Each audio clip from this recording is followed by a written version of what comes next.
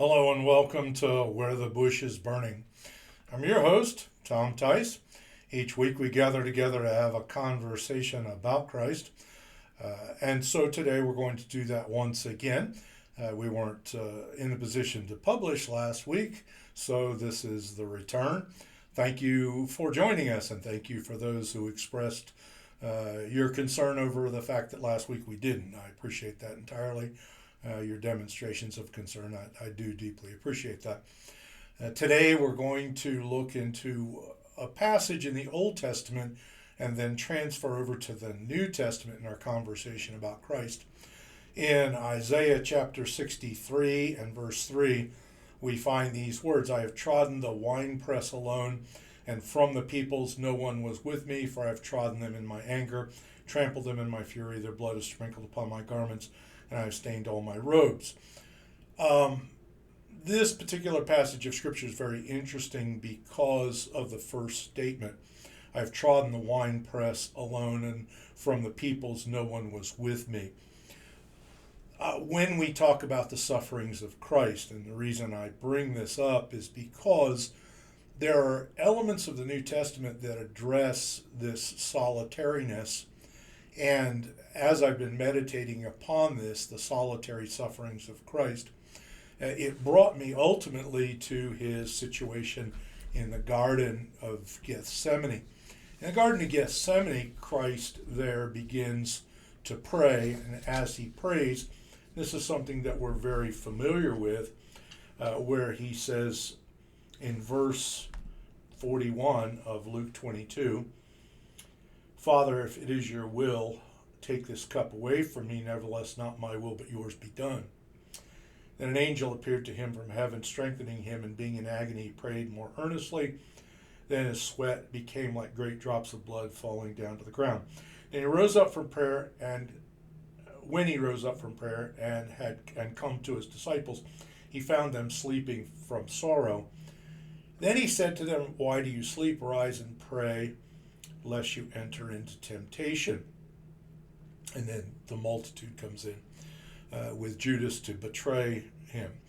So there's been an awful lot of ink spilled over this business of what he was praying about when he says, Father, if it be thy will, if it is your will, let this cup pass away from me.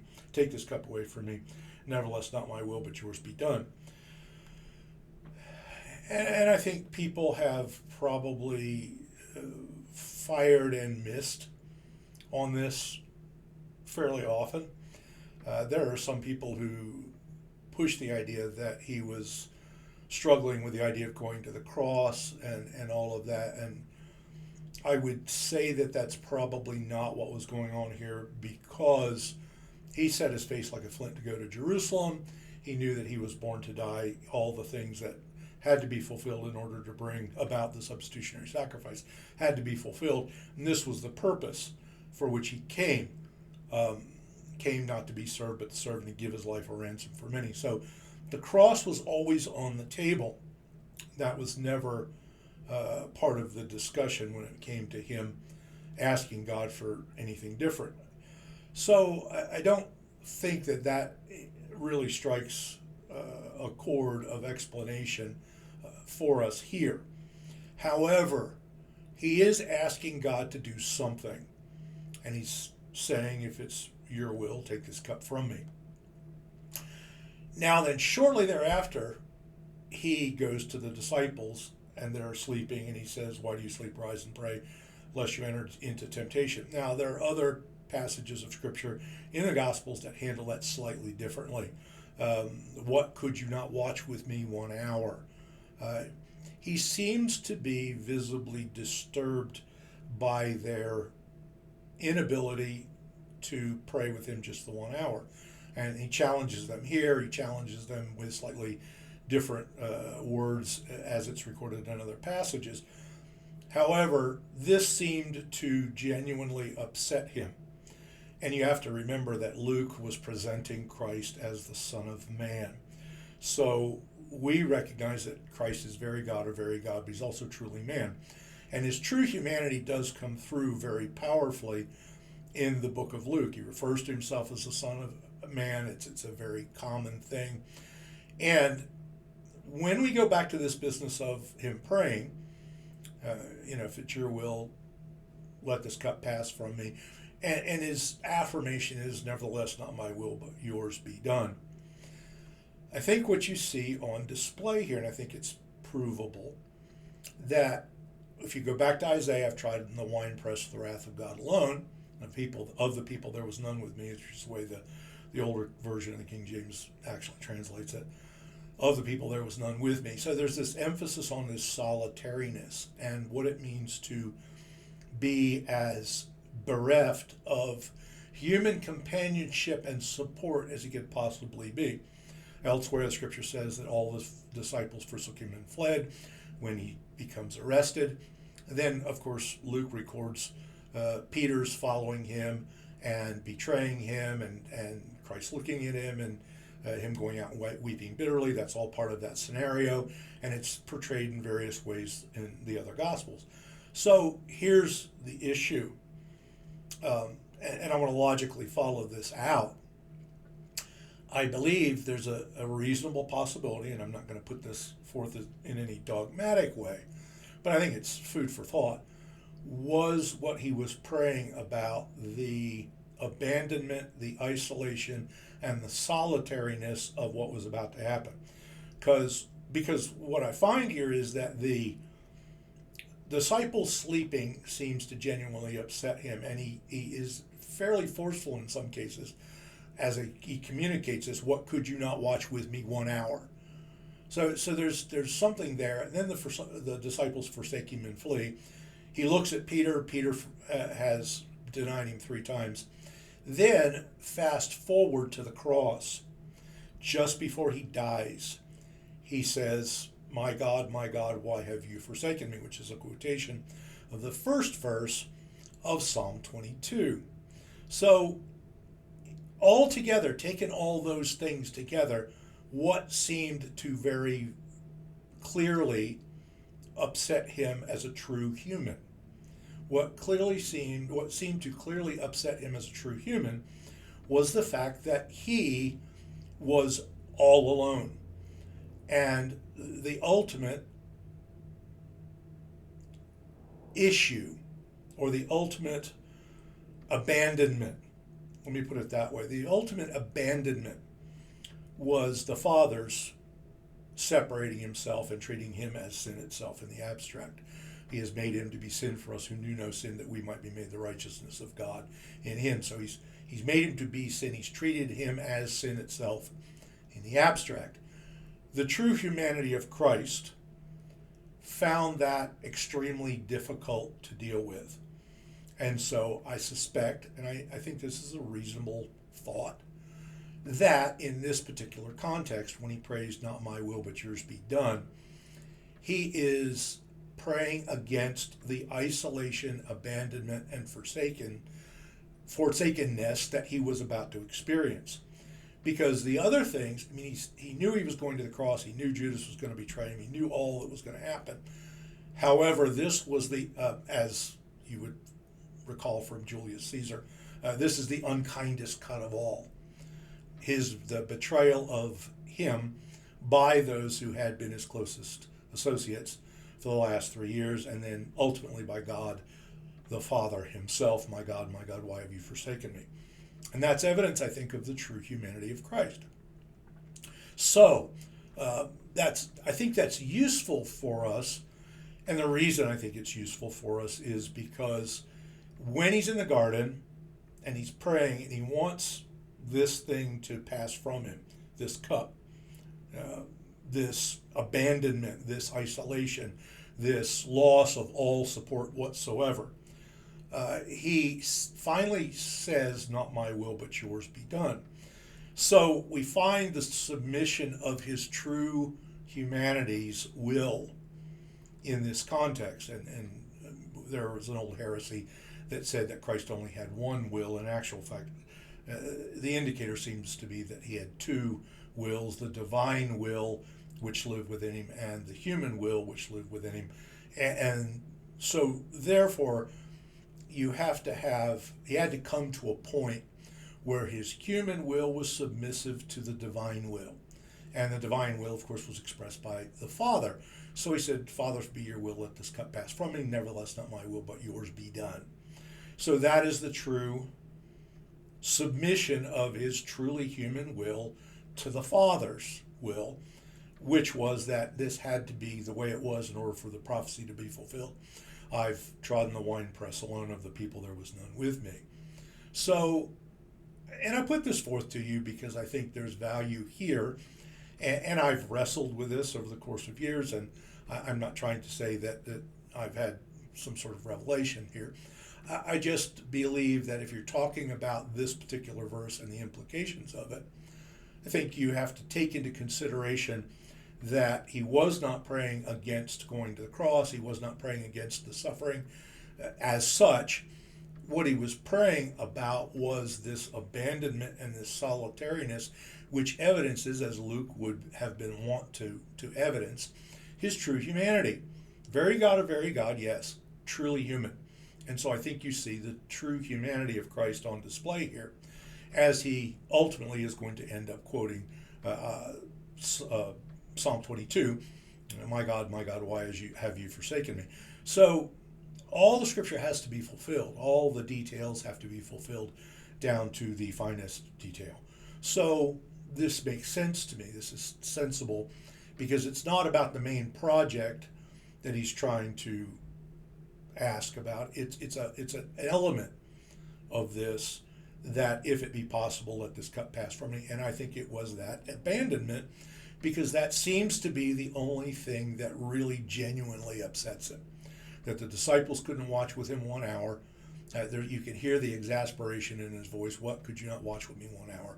There's a certain amount of exasperation there. And then there's, of course, this utter desolation of soul as he cries out, my God, why have you forsaken me? So I think that's a reasonable interpretation and a reasonable thought in relation to this particular incident. And hopefully that establishes some clarity. Now, for us, okay, so what's the takeaway here? Well, I believe the takeaway for us is this, and this is a part of the learning to identify with Christ and the imitation of Christ. There are times when God has things for us ahead, and we may have inklings of what those things are. And we may prefer that those things not happen that way. We would very much rather that they not be that way. But we have to come to the place where Christ came in our experience of God and say, okay, God, I understand if it's possible that this particular thing could pass away from me and I not have to drink this cup. Nevertheless, not my will, but yours be done. True Christ-likeness involves the submission of our will to the will of God, whatever that looks like. And it doesn't always look like things that we want to have any part of. Okay, it doesn't always look like a good time. We may see things coming our way, and we may say, dear God, if it be possible, let this cup pass from me. Nevertheless, not my will, but yours be done. And true Christ-likeness involves our willingness to submit our own human will to the will of God, whatever that looks like. Now, in this case, as I said, and for the reasons I've cited, I think it had to do not with the main project, but with this element of the larger picture, which involved this isolation and treading the winepress of the wrath of God alone, and of the people there is none with me. So I think that that's reasonable in the light of the whole of the circumstance, and it is truly a demonstration of his genuine humanity. So for us, if we are going to understand how to approach God rightly with the right spirit and right attitude, then this is where I think we have to land, that my will is not what's paramount. Historically, humans following their own will has landed them in a world of hurt. You go back to Adam and Eve in the garden. That is, my will prevails over the will of God. I want to eat the fruit of the tree of knowledge of good and evil, and my will is more important than God's will. God has said, don't eat of the tree, and I want to do that. And so much of our experience of God in our lives comes down to this contest. I've been meditating on Moses at the burning bush. In fact, I was having a conversation with someone about this yesterday, where God appears to him in Exodus 3. They have this conversation at the burning bush, and in a de facto way, Moses has a stand-up argument with God for almost the length of a whole chapter. It goes into chapter 4, where it's just a matter of his will versus God's will.